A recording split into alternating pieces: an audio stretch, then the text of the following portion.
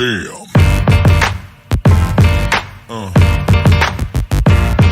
Yeah. Yeah. Yeah.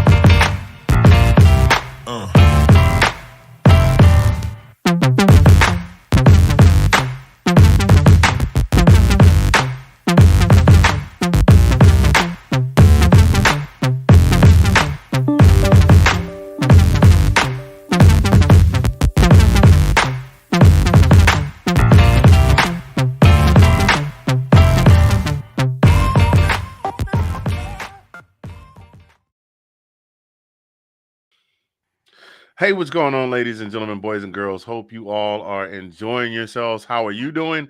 How are you doing? How are you doing? And how are you doing? And I can see that my camera needs a little cleaning off because the picture's not quite so clear, but that's okay because we're going to do this show anyway because we come prepared. That's what we do. We stay ready. Get ready to stay ready. That's what the old shit, that's what the old that old saying you should say. I can't remember what it was I was trying to come up with because I was trying to do a bit and be philosophical sounding at the same time. So anyway, hope you guys are doing well. Coming to you live from Zagnif Central. This is your boy, Mr. FIngaz, all the way from the heart of Oklahoma City. And that fella over there, that guy right there, that dude right there, that dude right there, that one sitting right there next to me. To my left, your right, or whatever direction it is. If you happen to be amphibious and you use both hands, you could do it from either direction. He is the brother from another, the sexy mother Hubbard, the ace of base, in the place, in your face. Halftime is my favorite part of the game. I've just been placed in charge of garbage and it has already been emptied, but I will come and dispose it again when it is full. Collin P from the DMV on the INTERNET with me talking UGA, who happens to be in what conference? The SEC. And what letter does that end with? A E. And that's where I stop. Okay, how y'all do? How you doing, bro? Man, I am doing good. Those are bars, by the way. So, yeah, I'm doing fantastic. Awesome weekend of college football, great games, great weekend, working a little bit. I mean, greatest thing ever to be able to work from home and kind of peek in every now and then on the games, But, yeah, pretty good weekend. How about yourself, man?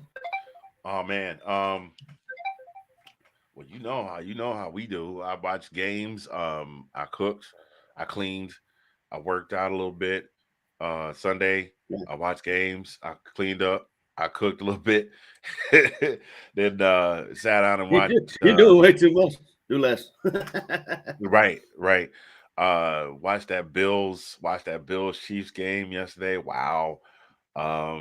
Wife wasn't too happy with the outcome of the Cowboys game, but they'll talk about that. They'll talk about that next time Let's Talk Football is on. Right. You got to give props to our Falcons, though, baby. Yeah, and of course the Falcons did the doggone thing. They don't know nothing about that. You do the Dion. Oh, anyway, either way, it's two ways to do that dance, and I can't show you either one of them because you can only see me from the chest up. So it's okay. So the Dirty Birds did their thing, and then we watched House of the Dragon when all was said and done, and then we crashed out, and I got up and I went to work. I love my job, but boy, work wore me out today.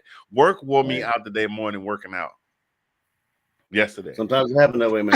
It's just, once I get going, the struggle with me is just get up, get moving. You know what I'm saying? Once I get moving, I'm fine. But, it's just the initial rollover, and honestly, it's gonna sound bad, but the walking down the stairs to the basement. I know it sounds rough, first world problems type of stuff. But quit with me, bro. Quit with me, really. Quit with me for real, because your boy is back in the office. I'm in the office Monday through Friday, every day. Yeah. So I got to get up. I got to get dressed. I got to get up. I got to get dressed, and then I got to head into the office. And then when the day is done, I got to head back to the crib. Like I get home, I'm on business casual. I got to do Clark Kent Superman. Speaking of big dog says to say what's up. Oh yeah. Yeah, he's at a ball game with his kid right now. His kid's the baby's like a multi-sport athlete now. So would you take anything less? I mean, like really, come on, man. I'm not surprised at all. Folks, when you're talking about the apple not falling far from the tree, this is the equivalent of the apple just basically rolling down the trunk and just going I'm just gonna hang out right here by the root. And that's right. I said root. That's right. Root. So that's not y'all. Listen, folks didn't come here to see us jack our jaws about our weekends and talk about our friends and their kids that play multiple sports and all that kind of stuff. They came to see us talk about who the DAWGS.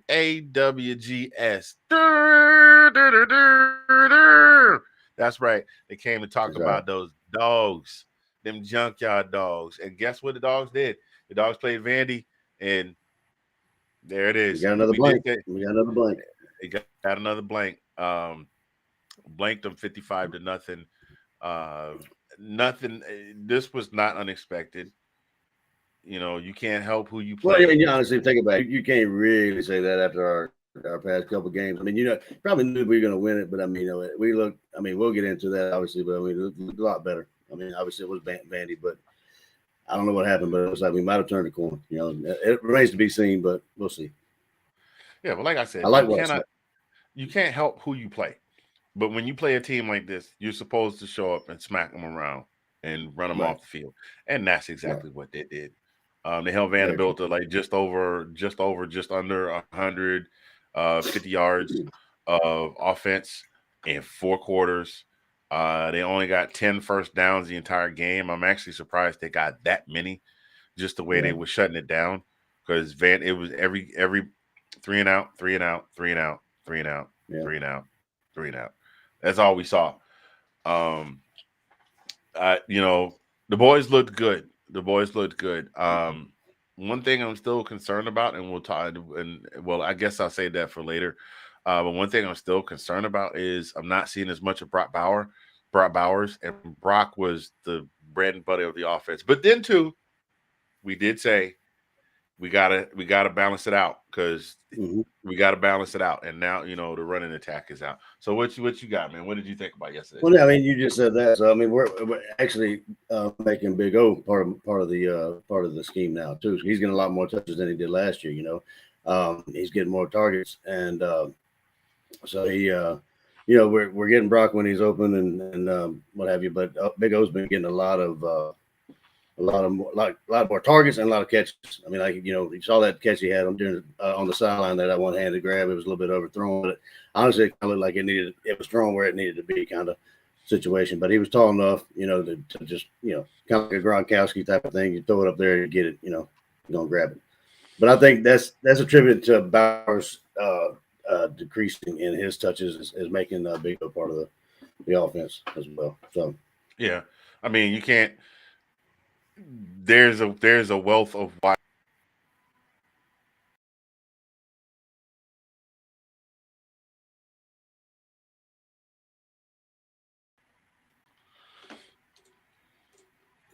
Something just happened. I hope we're still on the stream. For those of you that just joined us, looks like we're still going. We appreciate you.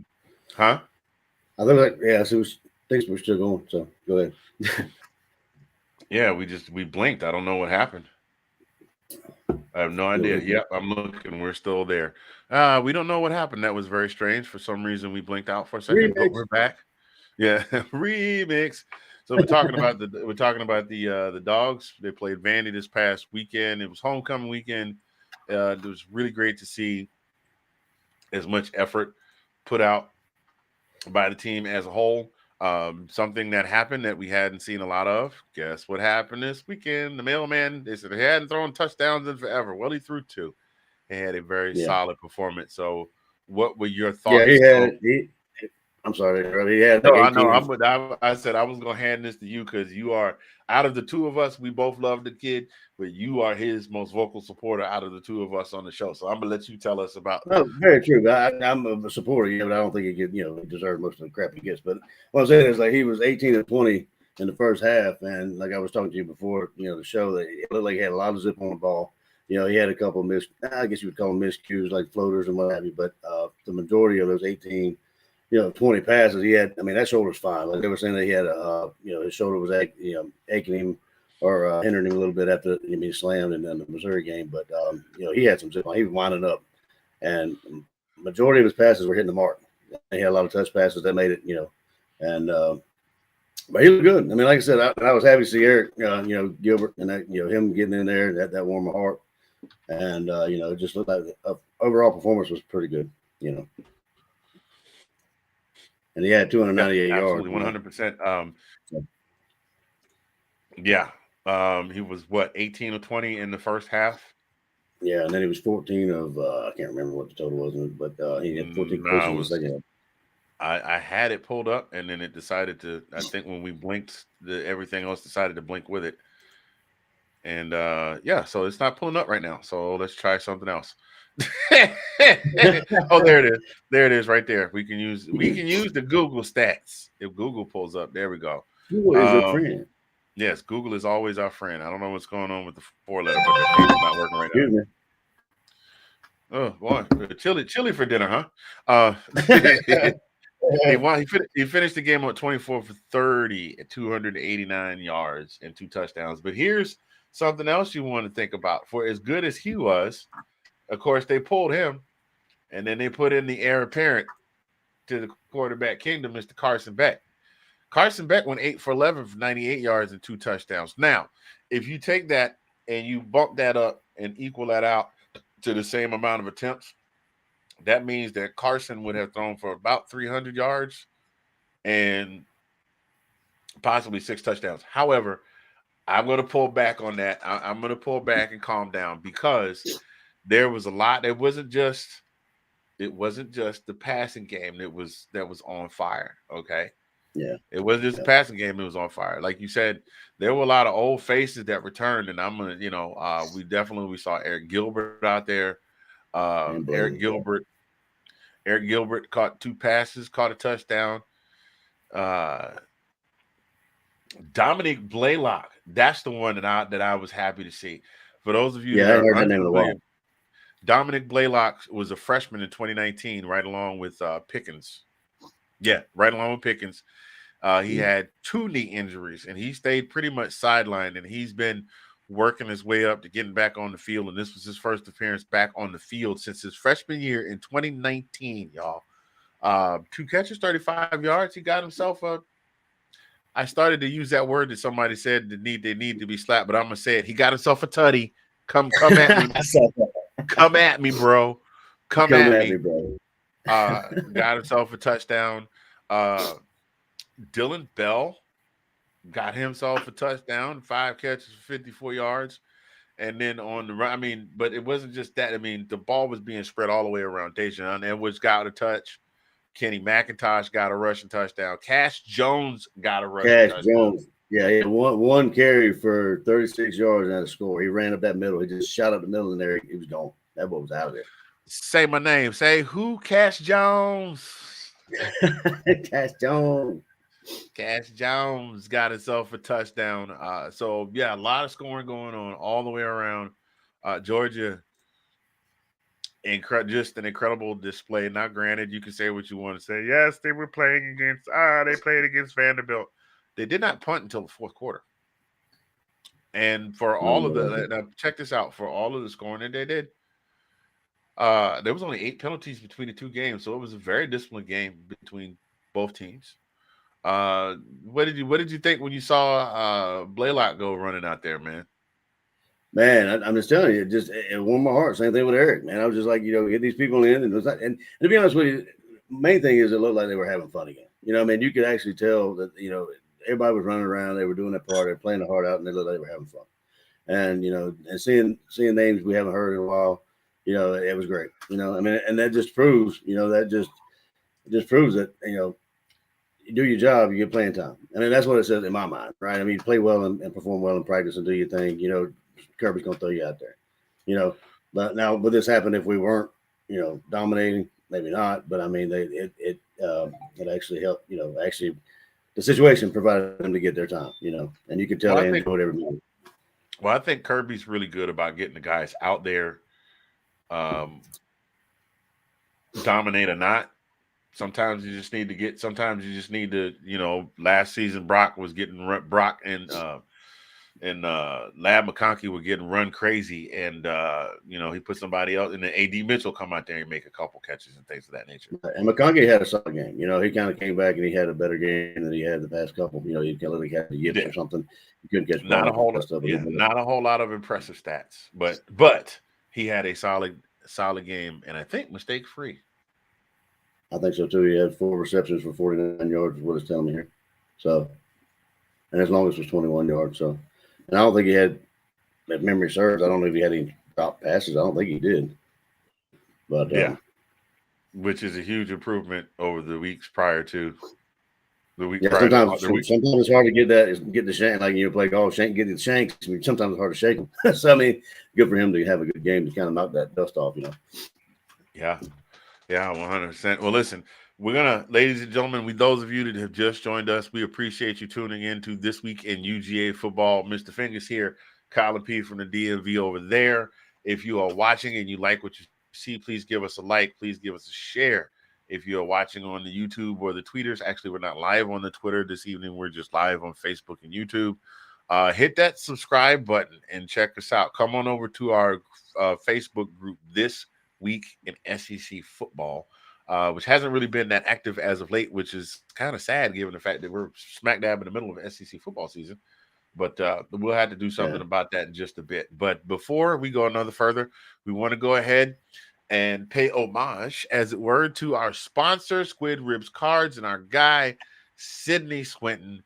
You guys hang tight. We will be right back.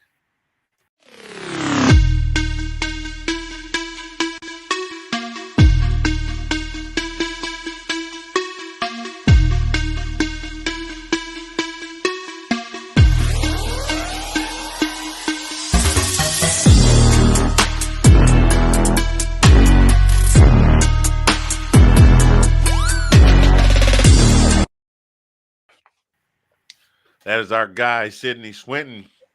Squid Ribs Cards, Twitter, Instagram, TikTok. He's live on there multiple times a week, just like you saw. Get at him today. That is his tag right there. If you love football cards, he's got you covered. That's our guy. For those of you that are just joining us right now, coming back out of commercial break, we were talking about this week's game. Georgia versus Vanderbilt with a dominating 55-0 win at home, homecoming in front of a very appreciative crowd. Talked about some things with the mailman. We talked about Carson Beck. We had some familiar faces come back. I really would like to see more out of Eric Gilbert. I'm not dogging the fellas in the midst of a win. We don't know what's going on with Eric Gilbert. I am just glad that coaches believing in him enough to keep him on the squad and just kind of keep trying to urge and encourage him. Yeah, absolutely. Do you think did you foresee him getting any kind of a bigger role on the team as the season progresses? I know we're past the halfway mark now, so we got 5. Well, it depends on what's going on with him. I mean, we don't know. Obviously, we don't know what's going on behind the scenes, but I mean, it is reassuring that he was on the field, and evidently he had either a conversation or had relationships with the coaches or whatever. So everything seems to be good if he was on the field, right? So I mean, hopefully everything stays the same, and hopefully everything continues to get better for him, and it looked like he was having fun. He was doing well. So I mean, hopefully that continues. Yeah, absolutely. One thing that I'm starting to see that I'm really liking is that every year there seems to be a standout. And this year, last year it was Brock, and then Brock with a little bit of AD, with a little bit of Lab McConkey thrown in. This year it is Big O, Darnell Washington. This boy is like 6 foot 12, foot 18, and weighs like 1,800 pounds, and he runs like a 4.3. He's steady trying to hurdle guys, and he doesn't look like he's moving that fast, but he's got definitely, he's a giant tight end with wide receiver hands, and he's getting the job done. I mean, what are you thinking about this guy so far? You think, as far as his contributions to the team so far this season, and especially this past Saturday? Oh, it's great because I think everybody has been said on TV, having two dominant tight ends is awesome for an offense, right? So I mean, like, if you happen to sleep on Brock, you got Brock on that side, and you spend too much time or attention on Big O, then he's gonna be open, and vice versa. So if you have two premier tight ends that you got to watch out for, potentially it could become a problem for the other team. But I see him playing with more fire since he's getting the targets and getting balls thrown at him. But he kind of kind of have to think about how Brock was such a big part of the team last year. And do you think? I'm asking you this question. Do you think he feels? I guess I would say some type of way about him not getting as many targets or touches. I mean, I know it's a team game. I know he probably doesn't feel, how do I think? I don't know. I'm wondering if I wonder if he might be 100%. I noticed he's been wearing that shoulder, that harness on his shoulder. So I don't know. Well, he took a head, like he rolled somebody over in the Vanderbilt game. I was kind of concerned that I hope he didn't hurt himself, or if he had that going on, beforehand. But I'm sorry. Well, it seems to me that Kirby's really good about keeping things close to his vest. Like he doesn't feel the need to come out and say, unless it's something that's obvious, like a guy that's not playing.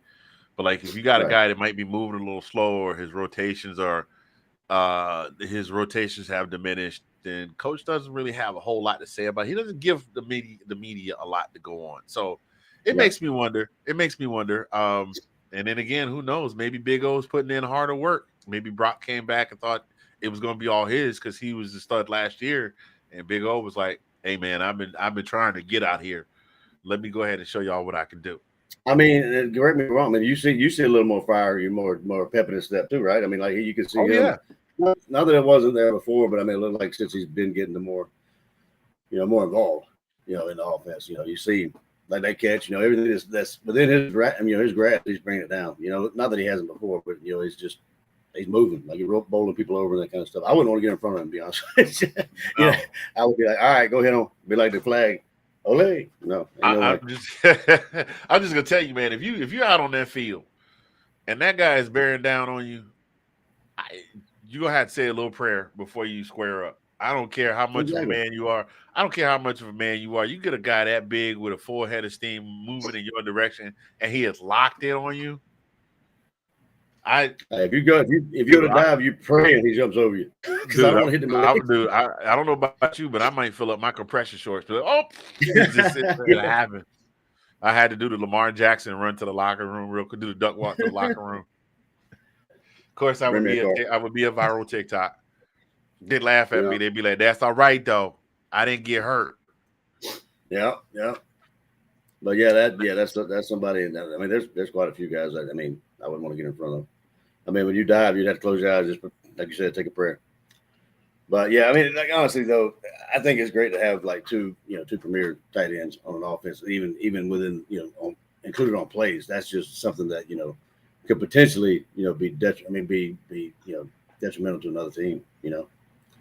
Yeah, especially if you got them both lined up on the same side. Yeah, and but I think we both were screaming Big O last year, right? I mean, we were saying, "Where's he at? Yeah, we finally saw him in that championship game. So. Dude, could you see that? Both of them lined up, twins left, and Big O goes out to set the block, and it's a screen pass to Brock, and Big O come It'd be like the water boy, knocking people up. Oh my God, it's absolutely. I mean, these dudes. It's freakish.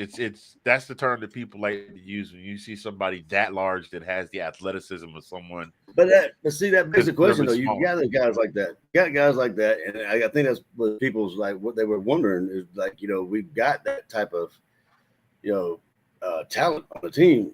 Why aren't we using it? It's just the questions. But I mean, like you said, Kirby, keep it to the vest. It'll come out when it needs to come out, I guess. So, but here's the thing, though. How do you, when you have that many talented people on one squad, how do you spread that love around? Especially if you've got something that's working. Yeah. Just like he had all the quarterbacks in the world. He had a wealth of quarterbacks. He had Jacob Eason, who hadn't transferred yet. He had Fromm. He had Justin Fields. He's like, I got to go with the guy that got me to the championship. You know what I mean? Like, you don't have that. So then Justin was like, yeah, I'm not playing, so I'm transferring. Well, it's almost a bad thing to have so many 5 stars and 4 stars, great athletes on the team. I mean, it's awesome on paper, but I mean, some of those guys aren't going to get playing time, unfortunately. That's why they leave, Yeah. Well, if you're going to a program like Georgia, and it amazes me how many kids still go to Georgia knowing good and well that they're probably middle of the pack, but they've let their people hype them up for that long. Like, nah, man, you the man. You will go up there. You will take over Athens. And the next thing you know, you be like, bro, you at Buck Tussle State for real though? It was accepted transfers. I can start right away. I'm gonna make my way back up. I'm gonna be the next step. I'm gonna be the next Stetson Bennett.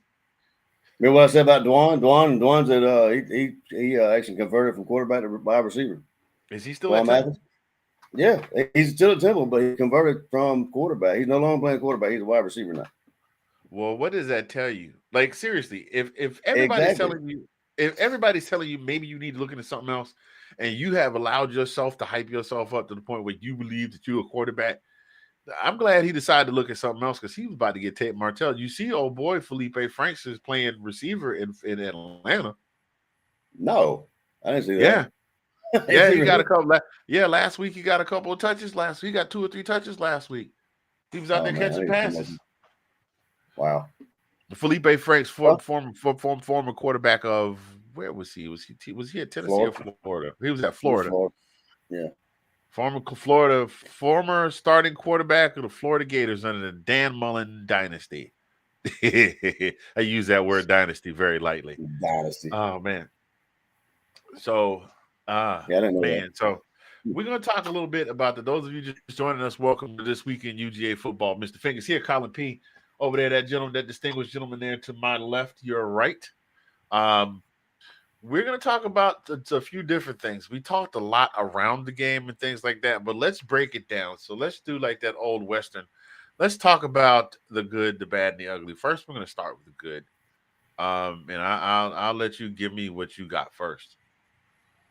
Well, I think we kind of covered it on the little bit of the talk we just did. I mean, like I said, it looked like, I'm not going to say we turned the corner, but at the same point, it looked like the boys were having fun. Stetson had a little pepper on his passes, and, he was zipping it in there. And then we got to see, faces, like we haven't seen in a while. And, Eric Gilbert, and you got Blaylock, and, our running game, Edwards showed his behind. He was running with force. He was running people over. And then you had McIntosh actually played a pretty good game. He had 9 rushes for 43 yards and a touchdown. And Branson Robinson even played. He had 8 carries, 31 yards or 34 yards, let's say. But the good, basically, like I said, I don't know if we turned the corner, but it looked like we're starting to kind of look like our former selves. I mean, haven't seen us play. We're not seeing how we played the past couple of games. Now, will that continue? I don't know. I hope it does. But we've got the meat coming. We've got Florida, Tennessee. After what Tennessee did, this weekend. That's definitely somebody. If we were sleepwalking, we got to wake up. We can't. For sure. We can't do that. For sure, sir. For sure. I am right on with you there. I like to see now here's my thing. I sometimes like to come from the opposite side of the fence. They're having fun playing against a Vanderbilt team that no one expected to win. A much improved Vanderbilt team that still didn't stand a chance by the odds makers, didn't stand a chance. And we saw why on Saturday. And we've seen how they played in adversity in Missouri and how they played against Kent State. But Kent State was never really a threat. They just let Kent State score a lot of points. The kicker for me is what's going to happen. Well, you know what? I'll hold that. We'll talk about the good. Definitely like what I saw to Stetson. Definitely like what I saw to Carson Beck. Man, I'm kind of stoked to see. I got a feeling there's going to be a very fierce quarterback competition because all we hear from camp is gunner, and how great he is. But we already seen how great Carson is on the field. So, he's much improved, yes, sir. Definitely with you on the running game. I was going to say this. We need more Dejon Edwards. Dejon is out there doing the thing, and I think they're trying to push the rock to him. They're definitely trying to push it to him. Branson Robinson's getting more carries. This receiving core, dude, 2, 4, 6, 8, 11 people passed the ball around. 11 people. Of those 11 people, 4 of them caught touchdowns. So that's the kind of stuff that we need now. Is it kind of like shooting fish in a barrel? A little bit. Are you supposed to do that though when you're playing a team like this? 100%. Those are the good things that I saw. Now, having given a good, and then only that, also moving the ball to the point where you only have to one punt the entire game. So moving from the good, you can't talk about the good without talking about the bad. There's still some folks out there that look like they're not sure what their assignment is. And I'm not sure why coach keeps trotting them back out there, if he's expecting it to click or what's going on. But like those, You talking about secondary? it varies from series to series because you'll have that's the thing. One series you'll see the secondary shut everything down. The next series you see the secondary give up a 10-yard pass, but then the front seven will shut everything down. So I don't know. That's the thing I need is definitely more consistency on both sides of the ball. Both sides of the ball. And that's what I got on that. What about you? No, I can agree with that totally. I mean, like, well, you can attribute that to the defense, not having, I mean, that if you want to, that right there is actually indicative of the 15 guys we lost, right? So, we have some youngins that are there on defense, and maybe they're still, we always said it would take a little while for the defense to kind of get to gel together, get the cohesiveness that they need to get. And whether it be them young and not getting their assignments, not knowing what they're going to do. That's when you need somebody like a Kobe Dean or somebody like that to step up and be a leader and be like, this is what you need to do. And Kobe Dean and those guys he was grabbing jerseys and saying, no, you over here. I know where you're supposed to. He knew everybody's position. So he was out there, grabbing jerseys and putting people where they need to be. So to your point, I haven't seen that type of leadership. Have you? Like, I haven't seen that kind of stuff on the field yet. No, pretty much the closest thing we had to that is Jalen Carter, and Jalen Carter's still out. He's been hurt. Kendall Milton's still out. AD Mitchell is still out. That's another thing that I want to talk about as far as the bad. We got some beat up key players that we're going to need back, or we're going to need somebody to step up and replace. Yeah. So those are the things. Look at Nolan Smith only had one tackle. Nolan Smith is basically logging one tackle a game, one or two tackles per game. It was one tackle, one solo tackle, and it was a sack. I'm not trying to dog him. Him. You see what I did there? Because he's a dog, and I will love my dogs, and I will roll with them till the wheels fall off, and then I'll sit on the side of the road with them till they get the wheels put back on. But Nolan Smith to me has been a disappointment based against how he was advertised. Yeah. I mean, he was going to be the next coming of the defense. He was going to be the next prototype of a defensive lineman if you believed what was being said. And knowing the school that he went to before he got picked up to go to IMG Academy, that was not hard because the level of competition in that conference, this wasn't the public school conference. This was the private school conference. Level of competition was not. There was no level of competition. It was nothing like the public schools.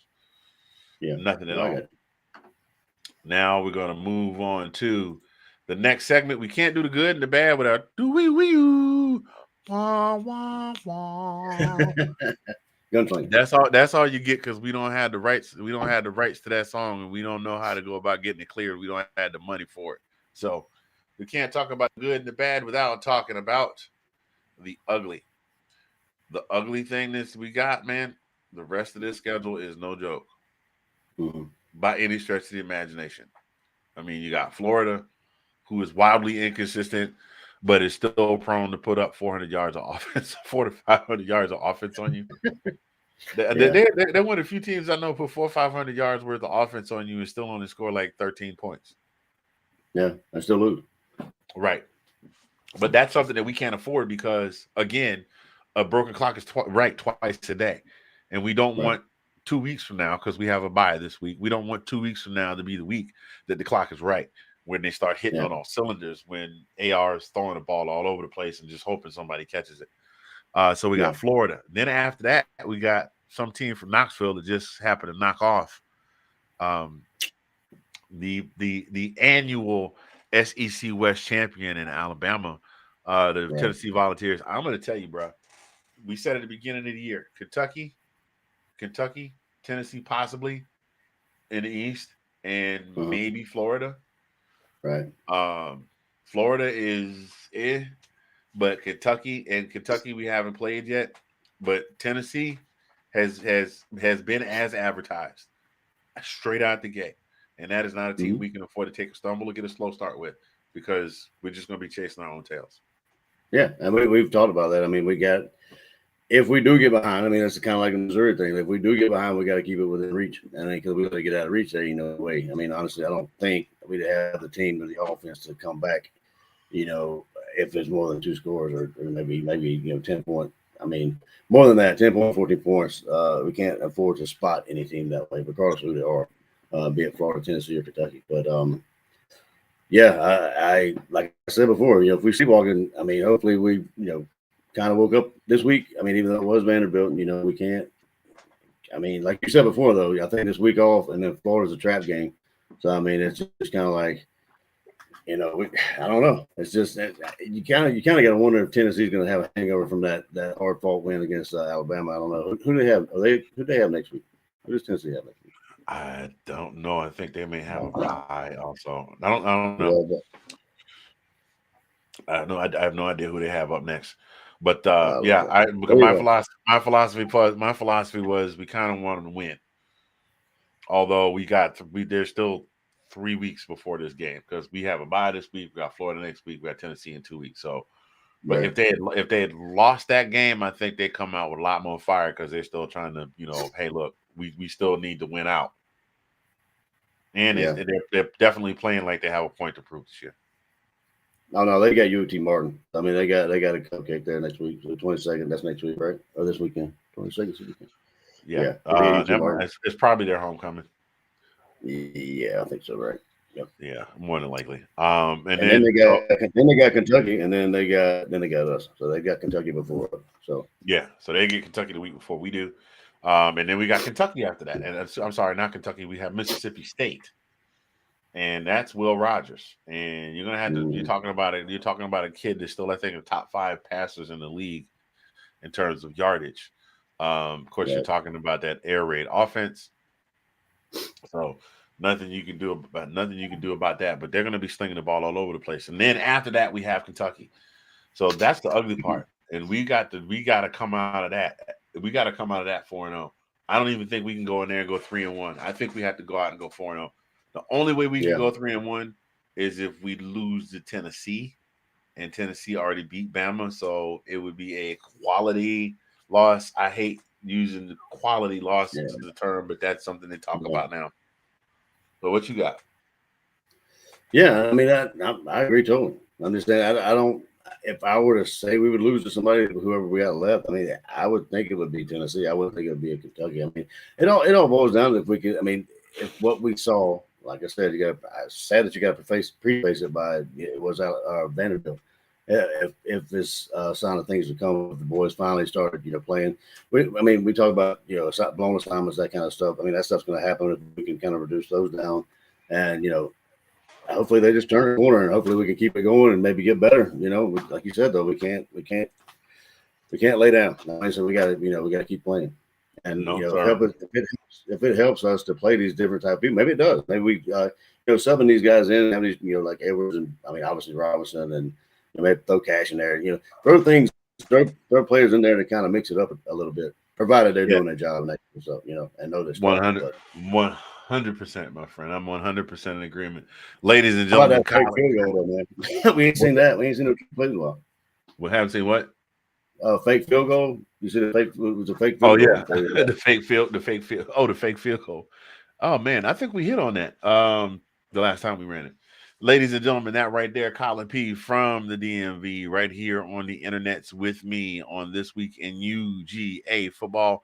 If you're just joining, thank you so much. Hit the like, hit the subscribe, hit the share. Tell your friends to tell your friends to tell your friends to come and check us out. This is season 2, episode 31, talking Georgia versus Vanderbilt. We're going to go into a message from not necessarily our sponsors, but this is the parent group that encompasses all of the podcasts that you see. That's This Week in Georgia Football, the Big Nate Sports Radio, Let's Talk Football, Washington Football Weekly, etc. This is the umbrella. So check it out so you can see where you can catch a show. somewhere today. We'll be right back.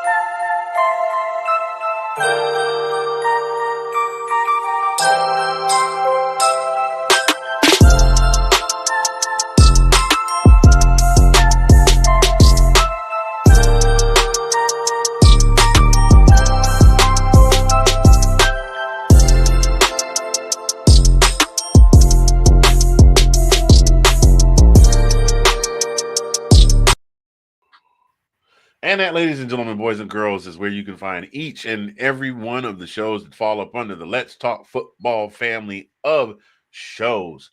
One every day, somewhere near you. Go ahead and check them out. Make sure you swing on over and join the Let's Talk Football group on Facebook. And all of the videos are broadcast on Facebook under Let's Talk Football. So that's where you can find each and every one of them. And the podcasts are available anywhere you can get audio podcasts. So coming back to this, we were talking about the good, the bad, and the ugly, what we can expect. The good, the bad, and the ugly, what we saw good from this week, what we saw bad from this week, and the ugly. And definitely the ugly, that schedule is not. That schedule, there is no wiggle room on the back end of our schedule. Florida, who could beat you. Tennessee, who definitely can beat you. Mississippi State, who could beat you. And Kentucky, who could beat you. All four of those teams have a good to better chance of upsetting the repeat run. Regardless of the record. Yeah, I was going to ask you that. How are you feeling about what our schedule's looking like, especially after what you saw this past weekend? Oh man, again, and Florida's going to be what it always is. It's going to be the world's largest cocktail party. It's going to be one of them things. I ain't gonna say how the fans are. How drunk people get, but I mean, it's always a show and it's always a battle. And it just remains to be seen. Like you said, it's SEC, man. What can you say? Any given Saturday is just. Regardless of, like I was just going to say before, like regardless of record, regardless of what we've seen before, I mean, a lot of these games, I mean, honestly, haven't been blowouts really. I mean, like they might have looked like it on the scoreboard, but I mean, they've been battles. And, like you said, Florida, Tennessee's riding high right now. So, I mean, look, I'm happy we got 2 weeks before we play them. I mean, I won't want to play them next week or this weekend. Not riding high off that momentum. That's for sure. And mad that they got to pay for a goalpost. Yeah. You think he's gonna get no money? I was like, yeah, good luck with that, sir. He ain't gonna get no money, donate money for that. They get it from the boosters, man. Get it from the NIL money, But I mean, like I said, we've got to keep the same energy. I mean, honestly, that's what it boils down to. I mean, if we like I said, I keep saying if we turn that corner, which it looks like we might have a toe around the corner, not the whole leg, not the whole foot. I mean, like, hey, just keep it moving. Well, I hope they get the rest of it. I hope they get the rest of it around the corner during this bye week. Yes, ladies and gentlemen, Georgia does have a bye this coming Saturday. No game this week, which makes me a little sad, but the guys need some time to rest because the stretch is coming, and the stretch, it does not play. This stretch does not play. And it's actually a good thing we got a bye week because, I mean, it looks like a lot of our guys that were hurt, they're actually on the mend. And, and we did see some that were, playing. So this extra week, maybe give them a little extra time to kind of heal. So maybe we'll see some more people that we haven't seen in a while. So that'd be good. Yeah. Yeah. So we're going to keep this thing moving on along, ladies and gentlemen. We have, even though we've rebranded the show this week in UGA football, we still do catch some of the SEC games and the happenings that go on around the conference. And this particular player of the week, I got ahead of myself. Let me play the video first.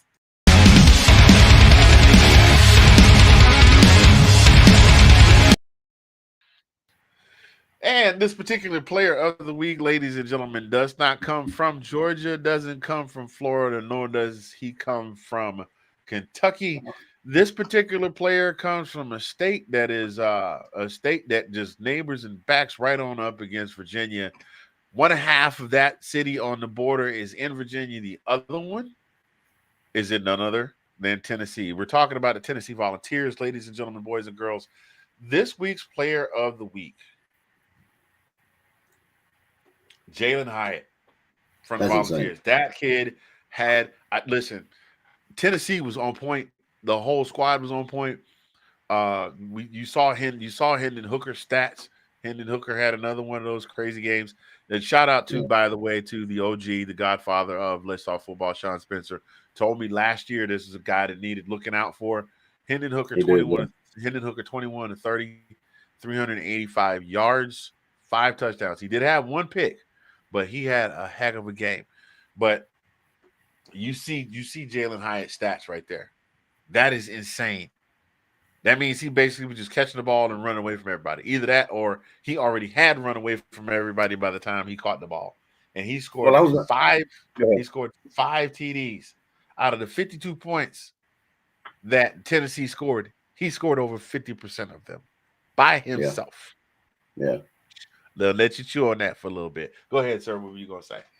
No, I was going to say is that I mean, you know, how a lot of people say, teams and their either offense, defense, secondary, what have you, got exposed. I mean, I would say that the Alabama's secondary got exposed because I mean, every time you look at him, he throwing the ball and it was going to Jalen.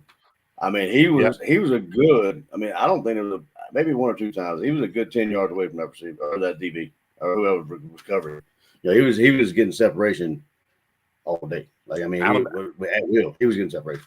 I mean, Alabama's receivers could not. Alabama's DBs could not see Jalen. I mean, across the middle, he was on fire. It didn't matter where he was. It didn't matter where he was. I would be interested to see what his yak was this past Saturday. I didn't bother to look that up, but that's a stat that I'm going to have to start looking up now, since we're calling ourselves podcast hosts. Yak. Researching everything. I wonder what it. Yeah, and I don't mean speaking of yak. Speaking of yak, did you see that offensive lineman throw up and then look at the guy? I don't know who it was. Look it up. I knew when you asked me. Speaking of yak, I knew that's exactly where you were going because it wasn't like I wasn't expecting you to tell me. That was straight up gangster. Yeah, I wasn't expecting you to tell me that you went hunting up in Calgary, Alberta, Canada. We went yak hunting. No, no. Don't ask me why that's so funny. Those of you that watch the replay go, that's corny as hell. I know. It's fine. It's me and Collin. This is what we do. Cornball. Welcome to This Week in UGA Football. Yeah, but I really would be interested to see his yak. I mean, he averaged like 34 points some odd per catch. Yeah. And it was insane. I mean, 6 receptions he caught the ball 5 times out of 6. And 5 of those 6 times he scored a touchdown. That's insane. That ratio alone is crazy. That ratio alone, 6 catches, only one of those he didn't score. And 207 yards. I mean, you can look at you kind of deduce 207 yards after catch is monumental. I mean, like you could actually kind of do like, we don't do math in Georgia, but I'm just saying, looking at that, Hey, now, we do math in Georgia. No, I don't math. Put it that way. How many beers in the case? Huh? How many beers in the case? None. Kickstart. That's why he said none. You had a good weekend, sir. I had a good Saturday. So. Wow, that was just Saturday. Is that how many is in the case? No, there's none in there. I mean, there's 24, but there's none in that one. I used to be a 3-can guy, so now I just kind of put it down. Collin P from the DMV. That's my guy right there. Appreciate you, sir. Yeah. So, but yeah, Jalen Hyatt, just that kid's insane. That kid's absolutely insane. And you said they have who next week? UT Martin for homecoming. God have mercy on UT. God have mercy on UT Martin. He might have a 250, 300 yard game. Yeah, I like to look at the stat. I didn't really look at the stats. I wonder who else. I mean, was that 5 touchdowns and then that's what 35 points they had. What was the 52. 52? So somebody Wound up else. scoring 52. The other 17 was Hendon scored. Hendon ran for a touchdown. Jabari Small ran for a touchdown, and a field goal. So 2 touchdowns and a field goal. Well, speaking of that field goal, did you see the replay? I think that lineman got 2 hands on it, and that's why I was knuckleball like that. Maybe, I don't know. All I know is that the first thing that came to mind when I saw the kick. That just reminded me of a story to tell you about that. Was remember Rookie of the Year with Ian Michael Thomas? With the kid that broke his arm and then he could throw the 100-mile-an-hour fastball, and his mom told him to float it. That's the first thing I thought about when I saw that kick. Was like, that was the Ephus kick, and it just but I mean, like if he hit it, it looked like if you replay, you kind of see the fingertips of the guy on the line. Like it might have tipped it, and it was going like that. And even still, that was a 47-yard kick. And if somebody, I mean, even being tipped like that, that's a hell of a lot of leg to get it to keep going 47 yards. You know what I'm saying? I 100% agree. The story behind the final kick, I was watching it on the app. I was sitting right in here in this room. I had the Georgia game on this screen, and I had the Tennessee game on my phone, and something happened. That thing where your screen just decides to shut all the apps off. I'm like, no. By the time I got back, they were running on the field. I was like, well, I guess they won. I hate that I missed it. And then they showed the replay, and I was like, wow. Another funny thing is if they saw they showed the reverse, they showed the crowd view, from the back of the goalpost there. As soon as the refs did this, you saw them zebra guys, they were gone. They took off, and everybody started jumping the field. I mean, you could see them just. Oh, because it was time to get out of there, and it was like about the couple of the sheriff's deputies and coaches' assistants grabbed Nick Saban and hustled him out of there like he was we got to go, the president. Like, we got to get out of here, Mista. We got to get out of here. You see the people in that joint. I mean, I told you, like in 2001 when we beat, Tennessee. I told you, me and a friend of mine went there down to Athens, and same scenario. I jumped on the field like an idiot, and then when you're running, you see all these people running at you. It's scary, dude. I mean, people like just dodging people. Wow. And the worst part is when the goalposts are coming down. That's why I, the rare occasion when I do go to a sporting event, I'm not rushing the field. I'm just gonna go ahead and be in that 0.5% that's making good, they're rushing the field. That means I might could get out as long as none of these dummies are parked behind me. You get out early, you ain't gonna be. You get out. You be one of the first ones out of the stadium or out of the parking lot. Yeah, for sure. The park 2 miles down the road from the stadium, where I can get out. Well, ladies and gentlemen, go ahead. I'm sorry. No, you good. No, I said exactly. I mean, that's So, ladies and gentlemen, this brings us to the final segment of our show. It's a little something where we share a little piece, a little nugget, a little something with you, a little song, a little dance, a little seltzer in your pants. Just to give you something to carry with you through the rest of the week. And that is a segment we call the 2-minute warning.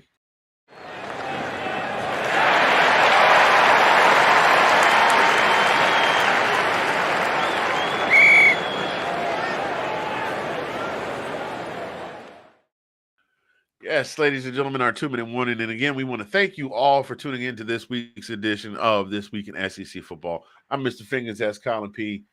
Collin, as always, I'm going to do the handoff to you, let you go first. What do you got for me this week on a 2-minute warning, sir?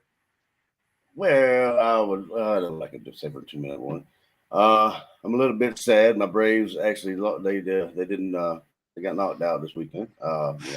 Even though I got the World Series for last year. Had the bifecta. The Dawgs won the national championship and they won the World Series. Great. Like I said, I don't know if I would ever get the trifecta. Got to work on the Falcons, although they're actually doing pretty good. But anyway, that was one thing that hit me. But anyway, at least we got that World Series last year. But that, at least they made it to the playoffs. A little bit sad about that, but we got football to fall back on. But that's pretty much all I got. Everything else has been pretty good, my friend.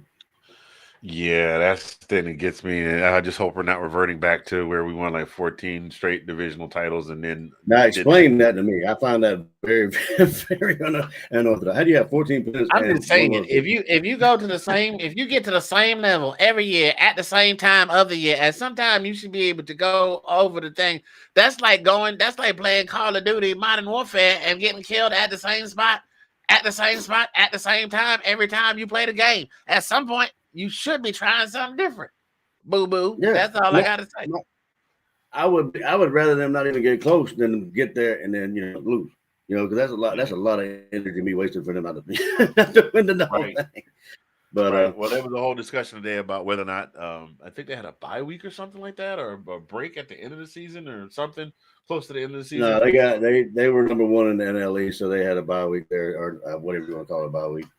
And Yeah, so that was what the question was: is the bye week hurt? Did it hurt some of the teams that had the momentum going? Did it slow them down? Well, I mean, But if you that's look at who's left, like Yankees got knocked out, the Dodgers got knocked out, we got knocked out. So a lot of the 101 win teams, or a lot of the over 100 win teams, have got knocked out already. Huh. So maybe yeah. Who knows? Who knows? But that wasn't even my 2-minute warning. I was just pulling the Collin and piggybacking on what he said. But my 2-minute my 2-minute warning is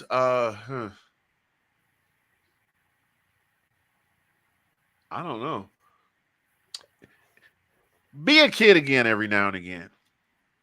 Just be a kid every now and again. Sometimes it's good, we look at our kids like we forget, we become adults and we forget what we were like when we were kids. When we were carefree, and it was the funniest thing in the world to us just to do something simple and to sit around and do it and to just be silly sometimes for no reason at all. Be like, hey mom, look at me. I'm a tree. And your mom go, yes, you're a very pretty tree, baby. No, mom, look, but I'm a tree in the fall. See, I don't have no leaves. I don't have no leaves. Right. You know what I mean? I know where you were going. So just don't forget to be a kid every now and again. Like, I'm not saying go full reversion and go, walking around downtown. Well, never mind that. Maybe that's not a good analogy. I was getting ready to say don't go walking around Times Square in a diaper, but that's some stuff you're prone to see in New York City. So, but you get what I'm saying. Just don't forget to be a little kid sometimes, because man, I tell you what, having a kid like Joy, when you watch a kid when they're really happy, there's nothing in the world that can slow their shine. No. Nothing, except another kid maybe doing something. He took my ball. That's not your ball, but I wanted it. But exactly. Just don't forget to be a kid. Don't forget to enjoy your life and be a kid. And that's all I got for my 2-minute warning. I know that sounds a little craptastic for my 2-minute warning. I normally have something. Not at all, dude. I agree with you totally. Be a kid, but the only thing that gets me when you get older, I mean, you're too busy adulting, and you got priorities, and you got things you got to take care of, that kind of stuff. But hey, man, I can say for me personally, when I hang out with the man, he keeps me young, But the only thing with him is like he wants to do the Legos and do that stuff, and he said, "Daddy, get on the floor with me." I was like, "Son, if I get down there, if I get down there, I am not getting back up at all." And he want to do a puzzle on the floor. I was like, "Can we get on the kitchen table? Can we get on the dining room table? Can I I don't have to lay on the floor." But he does keep it, keeps it moving, keeps it interesting. So I mean, be silly sometimes. You can't be serious all the time. I agree with you totally. I mean, 100%, my friend, 100%. And that, ladies and gentlemen, that will do it for us this week, man. On this week's edition of This Week in UGA Football. So, Collin, what you got going on? Anything special you got going on this week during the bye week? Not really. I mean, I got my son this week. I got the B-Man this weekend. So, the bye week actually came out at the right time because Black Adam comes out this weekend. So I'm going to go take him to go see that Friday, I believe. Friday or Saturday. That looks like that's going to be really good. Yeah, with The Rock. I want to see how he does on that. But he was quick to tell me. I thought Black Adam was like a good guy. He said, no, he's Shazam's nemesis or something like that. Shazam's evil twin, pretty yeah. The best. So he had to school me on that a little bit. Yeah. Yeah, so he's constantly correcting me on that kind of stuff, which is good because I don't, pretty bad at that kind of stuff. Hey, kids are good for that, For sure. But yeah, other than that, we got pretty. I haven't checked the weather, but I'll be with him, so they don't tell him what we're going to do. We might do some, get out the house, play video games, whatever. It's going to be a kind of a lazy weekend. Ain't no telling. I might. Nah, it depends on who's playing this week. Depends on who's playing this weekend. I might check a couple games out, but Georgia's not playing, so God, this would be a perfect opportunity to have a couple dollars go down to Norman. I might look and see who's playing in Norman this weekend. Are they playing in Norman this weekend?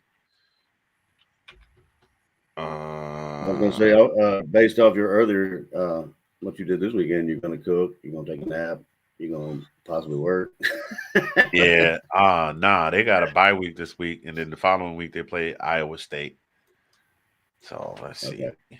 Maybe I'll go down the road to see if Langston's got something. How about that, though? How about the shellacking they took? Goodness gracious.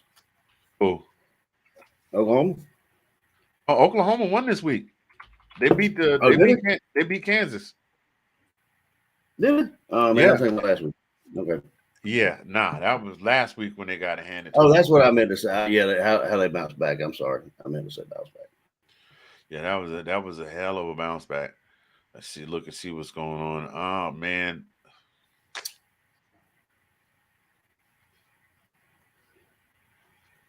And another thing that I don't know, I was just wondering about Brian Harson's still around, right? Even after the loss this weekend, you think? Yes. You think How does dude still have a job? I mean, I guess they're gonna let him right out the season. But that's not smart, though. I'm gonna tell you why that's not smart. Unless they have somebody in mind that's going to be free, and unless they have a plan in mind, and they know for sure somebody's going to be free at the time they fire Brian Harsin, that's not smart.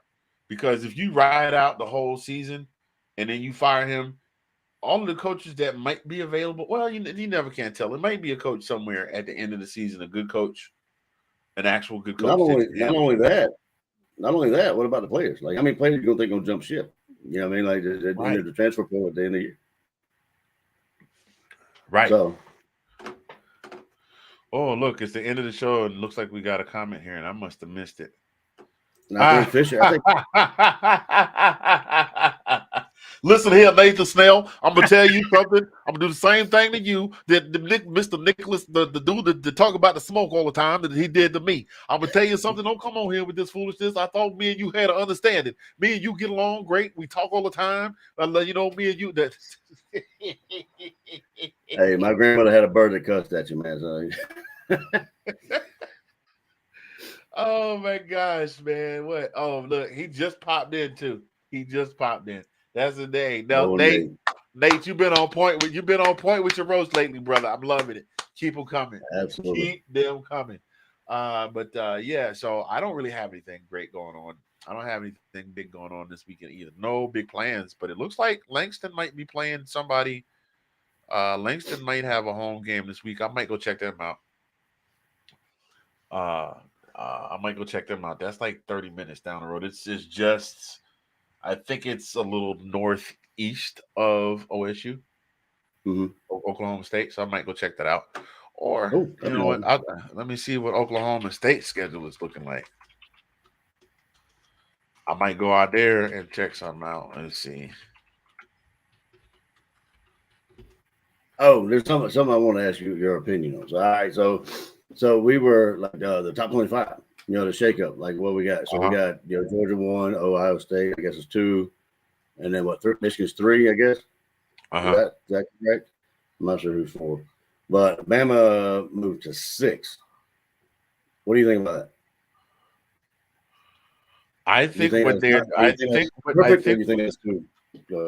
What do I think they're doing with that?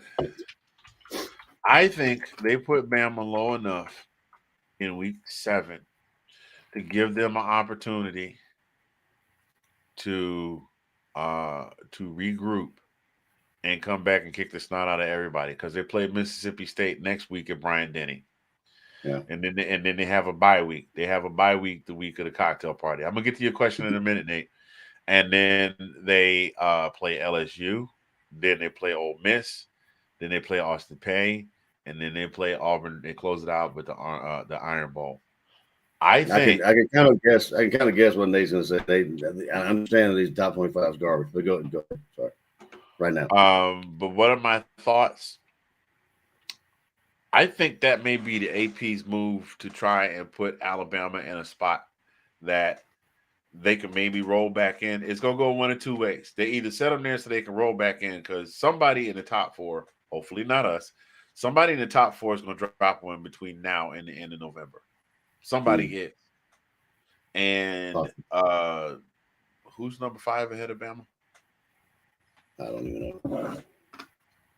Anyway, they set it up so that Bama will either be on the outside looking in if everybody runs the table, or that Bama can slide back in the top 4 before the end of the season if somebody drops. Yeah, Clemson's 5. Clemson's number 5. Clemson's 5.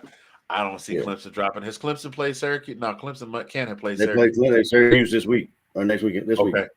So that may wind up settling that debate right there because Clemson and Syracuse are the only 2 unbeatens left in the ACC, I think. So that's where I stand on that. But I don't know. It's Thanksgiving or Christmas. Well, Thanksgiving, honestly, Nathan. It'll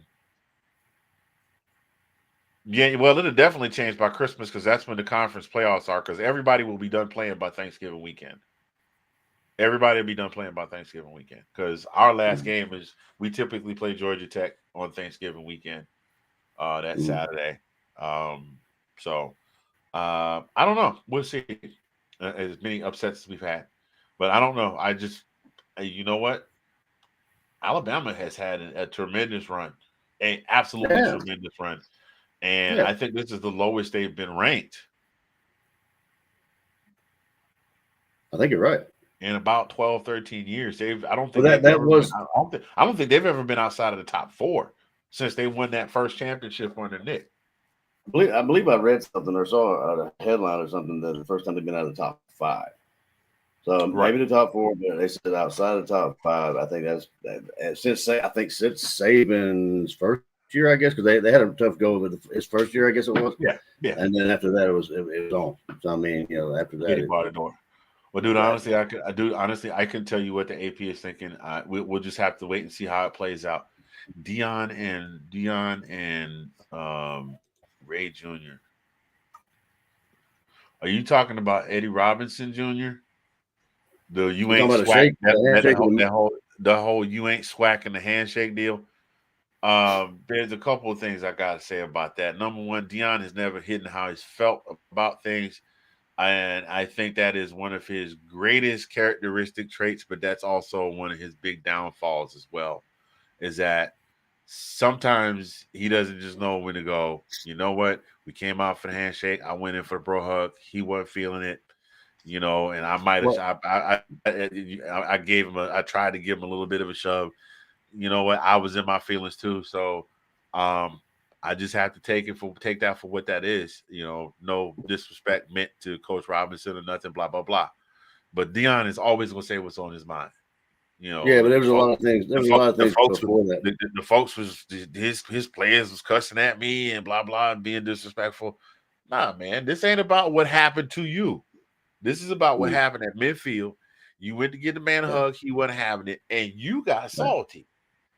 So just go. Well, that's just the way the cookie crumbles.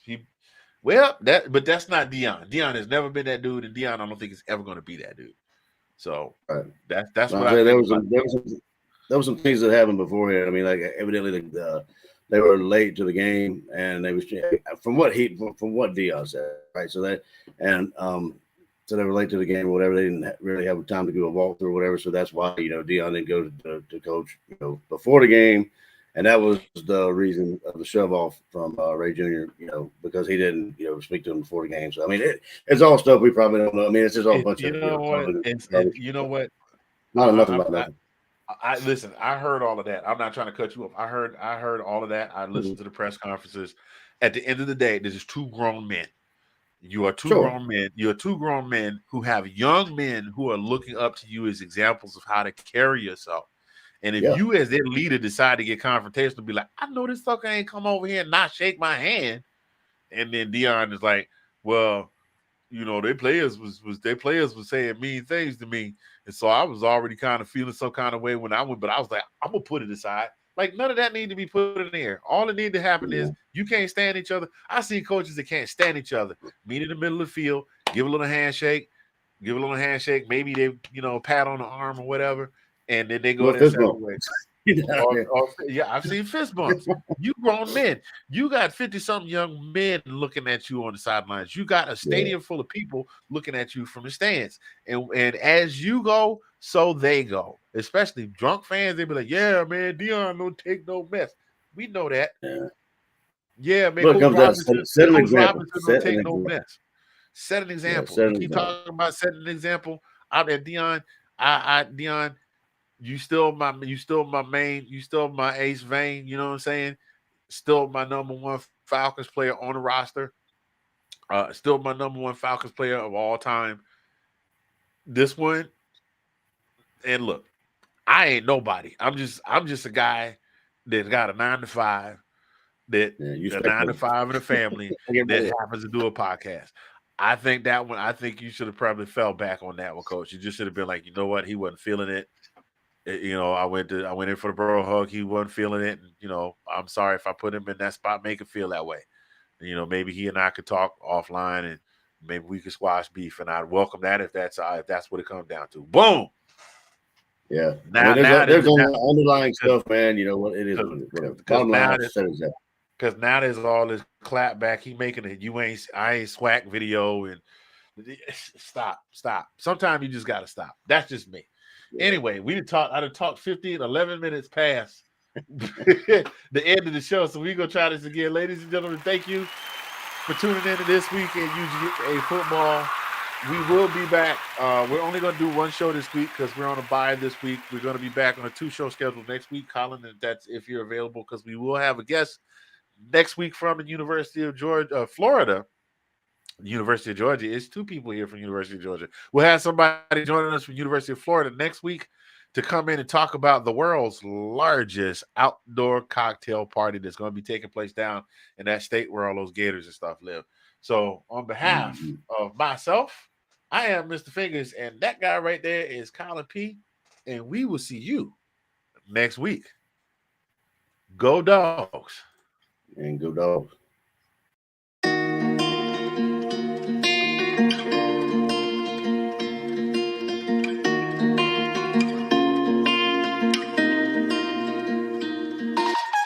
Yeah.